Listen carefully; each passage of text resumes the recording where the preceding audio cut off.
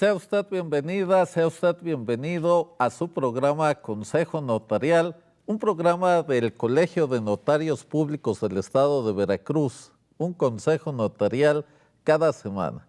El día de hoy tenemos un tema muy importante, los impuestos en la compraventa.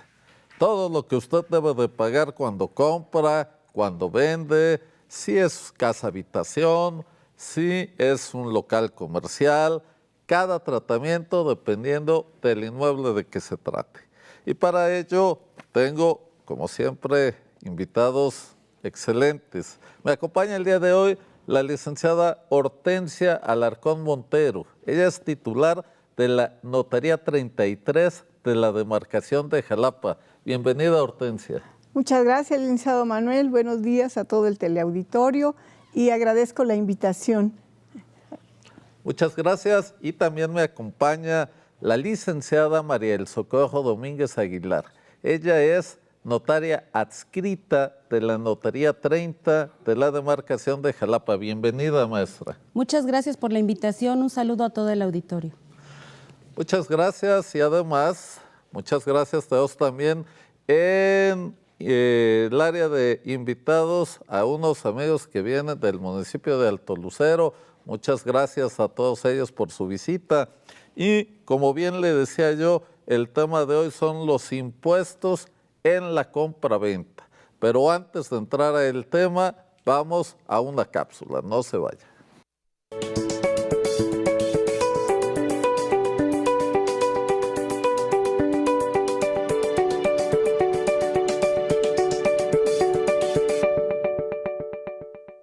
Hola, soy la licenciada Araceli Cruz González, titular de la Notaría Pública número 3 del municipio de Tehuipango, perteneciente a la 16ª demarcación notarial del municipio de Zongolica, Veracruz.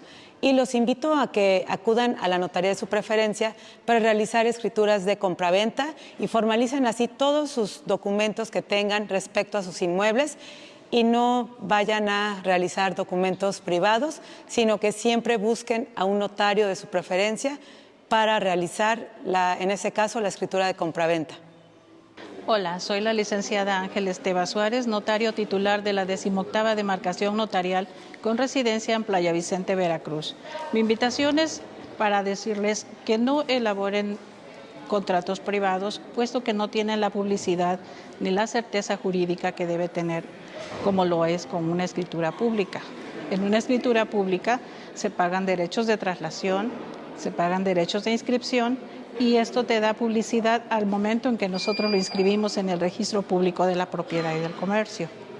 La invitación es para que en la mayor posibilidad dejen de elaborar contratos privados.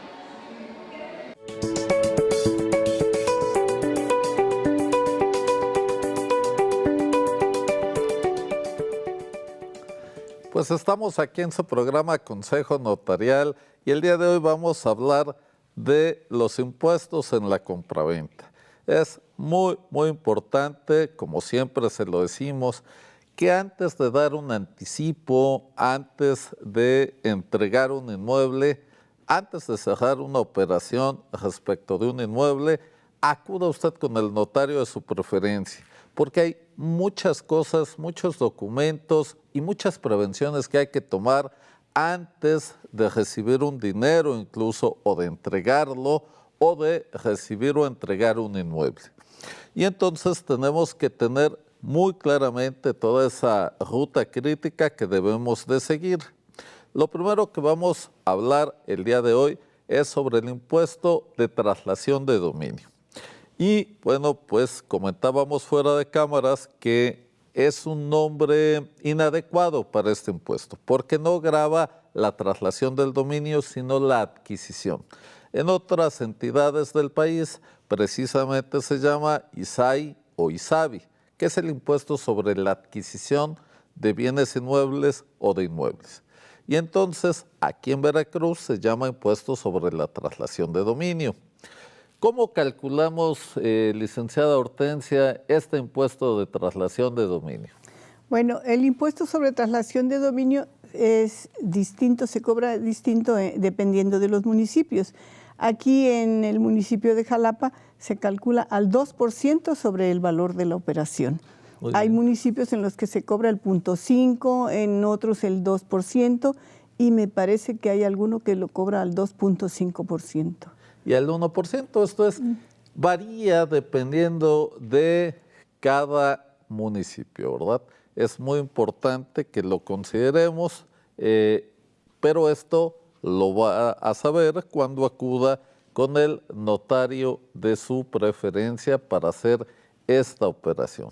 Pero a veces, maestra María del Socorro, tenemos que, aparte de calcular el impuesto sobre el traslado de dominio, se calcula en base al valor mayor, entre el valor de operación y el valor fiscal.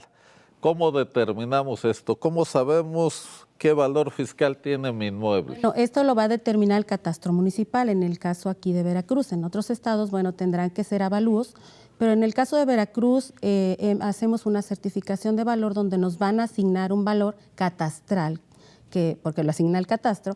Entonces, en base a eso vamos a calcular nuestro traslado de dominio.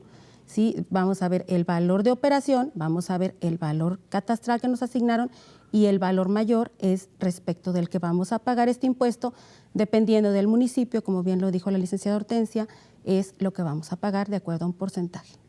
Muy bien, y entonces tenemos también que tener muy claro cuál es ese valor fiscal.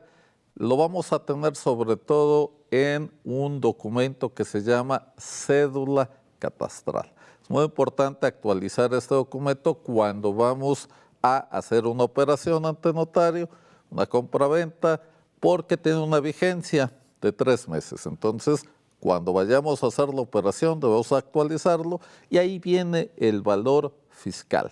Este valor va a estar dividido, en su caso, entre terreno y construcción. Y ahorita vamos a ver por qué es tan importante tener esta división en los valores. Pero bien, este es el impuesto sobre la traslación del dominio, que es un impuesto municipal. Pero tenemos unos impuestos federales, sobre todo el impuesto sobre la renta por enajenación. El impuesto sobre la renta, como yo se lo explico a mis clientes, es el impuesto a la ganancia. Entonces, en cuánto compro y en cuánto vendo. Si vendo en 100 pesos, si compro en 100 pesos y vendo en 100 pesos, no gano nada, pues no pago nada, porque no tengo ganancia. Pero si compro en 100 y vendo en 1000, entonces ya tengo una ganancia y hay que calcular este impuesto. No es un procedimiento sencillo, tiene que ver con cuánto se ha depreciado la propiedad para poder calcular cuánto es mi ganancia efectiva y sobre eso pagar algún impuesto. Pero tenemos que atender precisamente al valor fiscal. Eso es muy importante siempre. Ahora, este impuesto podemos exentarlo si es mi casa habitación. ¿Cómo hacemos esa exención, licenciada Hortensia? Bueno, la ley nos indica que para exentar el impuesto sobre la renta es necesario acreditar bien en la credencial para votar que el domicilio coincida exactamente con el domicilio del valor de operación, de la operación, o bien se puede exentar también con estados de cuenta bancarios, con el recibo el último recibo de la luz, pero también que reúne ciertos requisitos ese recibo, o bien con el recibo del teléfono fijo. Muy bien. Esos recibos deben llevar en la parte de atrás, en el reverso, los datos fiscales, debe llevar también el archivo digital en PDF. Que sería el certificado fiscal digital por internet, Ajá, el famoso CFDI, la factura digital. Sí. Entonces, mire usted, esta exención por venta de casa habitación solamente la podemos utilizar cada 3 años. Sí. Y aquí podemos dejar de pagar este impuesto. Esto es, hay una exención que podemos ocupar. Esta exención no puede pasar de 700,000 UDIs, algo así como 4 millones de pesos actuales. Y si hay una diferencia, si el valor es mayor, hay que pagar el impuesto por esa diferencia. Y como bien lo decía la licenciada Hortensia Alarcón, tenemos 4 documentos que podemos utilizar para acreditar que es nuestra casa habitación. El primero es la credencial para votar expedida por el INE. En todos estos documentos tiene que coincidir claramente el domicilio en ese documento y el domicilio que tiene el ayuntamiento, que es el que establece la nomenclatura. Entonces hay que cuidar esto. Si no tenemos claramente el domicilio en nuestros documentos, debemos de procurar que se corrija, sea en la credencial, sea en los recibos o sea en la información del ayuntamiento. Segundo, tenemos que podemos utilizar los recibos bancarios, entonces de cualquier institución del sistema financiero mexicano. Y tercero y cuarto, las facturas digitales de los servicios de telefonía fija y de energía eléctrica. Estos deben de ir en soporte papel y deben de ir en los archivos electrónicos. Y de esta manera podemos utilizar la exención cada 3 años. No es que en todos los casos podamos exentar solo en venta de casa habitación. Y lo que podemos exentar, perdón, es el impuesto sobre la renta por enajenación de bienes. Pero tenemos otro impuesto sobre la renta, que es el impuesto sobre la renta por adquisición. Maestra María del Socorro, ¿nos puede platicar en qué consiste? Este impuesto se va a generar en dado caso que estemos comprando a un valor menor del que el catastro o del avalúo, ¿no?, de que tenemos. Entonces, haga de cuenta, si nos están poniendo 100 pesos como valor en el catastro y están comprando en 50 pesos, entonces tendremos que pagar el 20% del valor de la diferencia que va a existir entre estos dos valores que ya tenemos, será el 20% sin derecho a deducción. Y se nos está olvidando algo, también en caso de la donación, recordemos que tampoco se va a generar impuesto sobre la renta siempre y cuando tengamos que se va a transmitir la propiedad, ya sea de forma ascendente o descendente entre familiares, esto es abuelos, hijos, papás, también en ese caso vamos a tener la exención del impuesto sobre la renta. Claro, así es el impuesto sobre la renta por adquisición y está exento en caso de donaciones entre familiares en línea recta sin limitación de grado.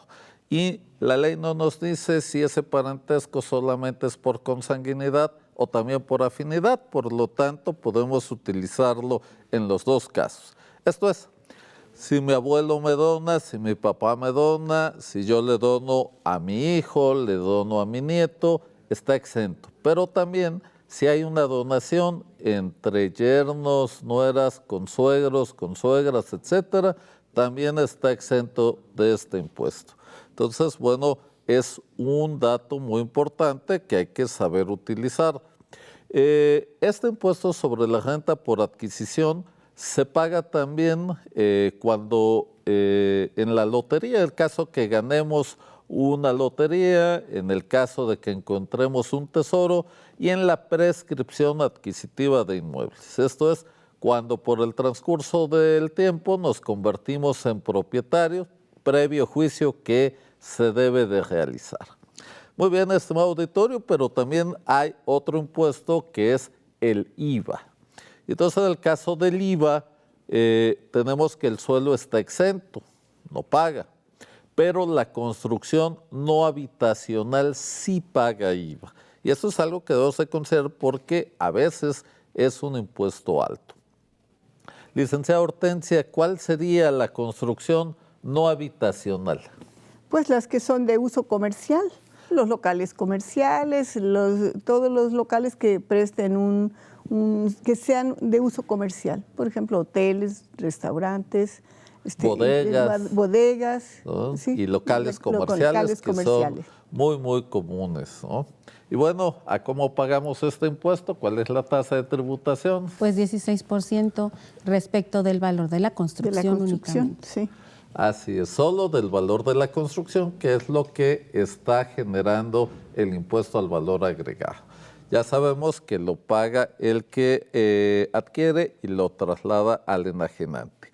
Pero todos estos impuestos, estimado auditorio, por disposición de la ley, debe de calcularlos, recaudarlos y enterarlos el notario público, con excepción de las sociedades de los tipos societarios, que ellos tributan aparte, ellos lo pagan directo, y también de las personas físicas con actividad empresarial. Pero si no es el caso, debe de calcularlo y enterarlo el notario público. Por eso, cuando hacemos un presupuesto, ahí va incluido todos los conceptos y desde luego debemos de entregarle sus comprobantes de pago a los clientes para que ellos puedan hacer sus declaraciones fiscales. Muy bien, aparte de estos impuestos hay algunos derechos que hay que pagar. Recordemos que el impuesto es una situación de hecho por la que al estar en ella debemos de pagar una cantidad. Pero hay otras tributaciones, digamos, que son los derechos, que es el pago por un servicio que nos presta el Estado. Entre ellos tenemos la constancia no adeudo. Licenciada Hortensia, ¿qué es esto de la constancia no adeudo? Bueno, es un documento que nos expide la Dirección de Catastro de cada ayuntamiento, acreditando o certificando que el bien inmueble no tiene ningún adeudo en el municipio, ¿no? ¿Qué pudiera ser basura? Basura, diferencias de construcción. Diferencias de predial por haber aumentado la construcción, sí, ¿verdad? Sí. A veces contribuciones por mejoras. Por mejoras, sí. En fin, ¿no? Sí. Muy bien, y aparte tenemos otro derecho, maestra, que sería la certificación del valor catastral. Así es, ahí nos van a asignar el valor de la construcción, lo van a desglosar y nos van a poner el valor del terreno y el valor total del inmueble. Y bueno, con como bien lo decíamos, vamos a pagar el traslado de dominio. Igual, nos fija el valor fiscal, así ¿verdad? Es. Sí. Con bueno, vamos a pagar tiene nuestros valor impuestos, fiscal. el impuesto sobre la renta, lo utilizamos para pagar IVA. Y bueno, este valor es el que nos van a dar en la certificación y nos va a servir para calcular todos nuestros impuestos. Los impuestos, sí. Muy bien. Oye, y aparte tenemos también los derechos de registro público. Sí, esos son unos derechos que se pagan al Estado por permitirnos la inscripción de la escritura que realicemos, ¿verdad? Para Claro. darle publicidad a la operación ¿Cuál que es la realizamos? importancia del registro público, estimado auditorio? Pues es precisamente darle publicidad frente a terceros y tener un mejor derecho. Entonces, si yo tengo mi escritura inscrita, la puedo poner a cualquiera, la puedo dar en garantía a mi inmueble, qué sé yo. Es muy, muy importante que nuestro instrumento, nuestro testimonio de la escritura, pues esté inscrito en el registro público de la propiedad para poder acreditar mi propiedad ante cualquier otra persona. Y por cierto, pues mandamos un saludo muy afectuoso a todo el personal de la Dirección del Registro Público de la Propiedad, Inspección y Archivo General de Notarías, que siempre nos atiende de la mejor manera. Pero otro tema muy importante es que todos estos impuestos se paguen en tiempo.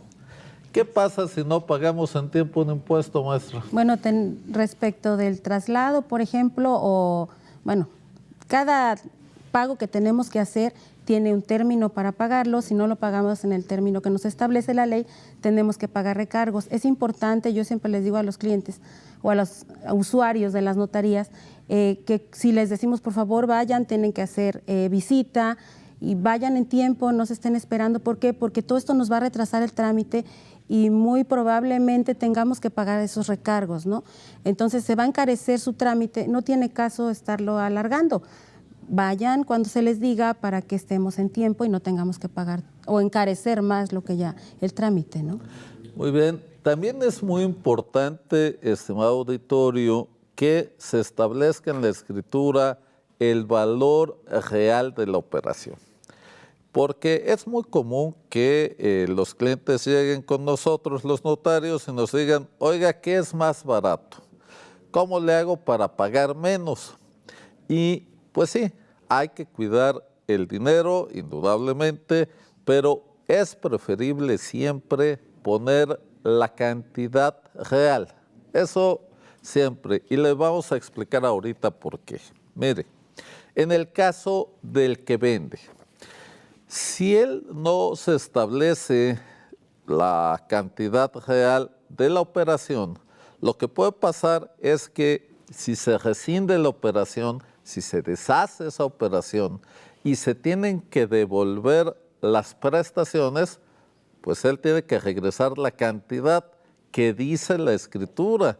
Si él recibió más, entonces ahí ya tenemos una discordancia. Pero él tiene que depositar en el banco lo que recibió. Y si no coincide con el valor en la escritura, entonces Hacienda le va a decir, oye, tienes aquí un ingreso no declarado.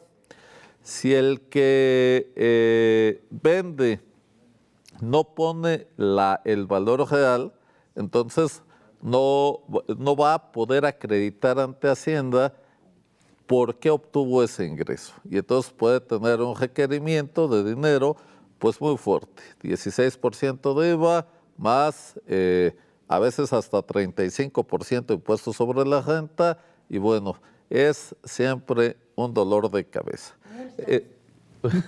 En el caso, por ejemplo, del uso de efectivo, tenemos un límite este año por la ley que denominamos antilavado de dinero y contra el financiamiento al terrorismo. No puedes usar más de un poco más de 830,000 pesos en efectivo. ¿Qué pasa cuando llega un cliente y nos dice, oiga, es que ya lo hice, ya pagué 1,000,000 de pesos en efectivo? No quiere decir que sea dinero mal habido, no, porque hizo un negocio, porque se dedica a vender, a comprar al menudeo y recibe efectivo. Sí, pero tratándose de inmuebles no se puede ocupar. Oiga, pero ya lo ocupé, pues no le puedo hacer su escritura. ¿Qué hago? Devuelvo el efectivo, pague con cheque o transferencia y entonces podemos hacer la operación. Entonces, por eso es tan importante la recomendación que les hacemos siempre de primero acudir al notario de su preferencia. Esto también es muy importante, licenciada Hortensia, para evitar cualquier conflicto entre las partes. Claro, ¿no? Sí. Yo creo que y siempre es muy importante que las personas antes de realizar una operación acudan con el notario de su preferencia, como tú lo indicas, para que se le asesore correctamente, porque cuando sucede el caso que tú estás mencionando, pues la escritura no se puede hacer, porque no hay forma de acreditar el pago. Así es como lo dice la ley. Sí. Y los notarios estamos obligados a establecer en la escritura esa forma de pago. Eso es muy, muy importante siempre. Y aparte tenemos un sistema que se llama Declaranot. Y es, digamos, la forma de comunicación entre Hacienda Federal y el Notariado Nacional. ¿En qué consiste, maestra, este sistema de Declaranot? Pues son los informes que se hacen al Servicio de Administración Tributaria. En dado caso, cuando se realiza una compraventa o algún trámite notarial que implique un traslado de dominio, debemos o tenemos la obligación de hacer la declaración donde va a llevar el nombre de los contratantes, el acto que se realizó, y tenemos que decir el valor de operación. Entonces es importante que cuadre esto con lo que tú vas a declarar contablemente, con lo que vas a ingresar en el banco, y que se declare exactamente pues lo que estás adquiriendo, ¿no? Muy bien, pues sí, efectivamente. Entonces es muy importante siempre, estimado auditorio, que pongamos en la escritura los datos reales de su operación. Eso le va a evitar muchos problemas y va a hacer que su negocio, que su acto jurídico funcione de la mejor manera. Y usted tiene derecho a tener todos sus recibos, todos los acuses de sus declaraciones fiscales para que pueda hacer sus declaraciones. Y sobre esto hay un tema también muy importante que se llama declaración informativa anual. Nosotros de cada ingreso y de cada salida tenemos de recursos, tenemos que informarlo al SAT al final del ejercicio fiscal. Y de esa manera podemos nosotros estar tranquilos. Y si nos llega un requerimiento, pues poderlo solventar de la mejor manera. Pues hemos llegado a la recta final del programa. Licenciada Hortensia, un último mensaje a nuestro auditorio. Pues bueno, muchas gracias por su atención, muchas gracias nuevamente, licenciado, gracias, licenciada Socorro, mi paisana querida. Y bueno, siempre es muy importante asesorarse con su notario de preferencia antes de realizar una operación. Y los notarios, pues estamos todos para servirles. Muy bien, maestra Mariel Socorro, un último mensaje. Pues acérquense a la notaría de su elección siempre antes de dar anticipos. ¿Por qué? Porque así van a poder tener todo el panorama exacto y sabrán qué pueden hacer, qué les conviene más.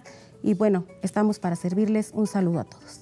Yo soy su amigo el notario Manuel Díaz Rivera y este ha sido su programa Consejo Notarial.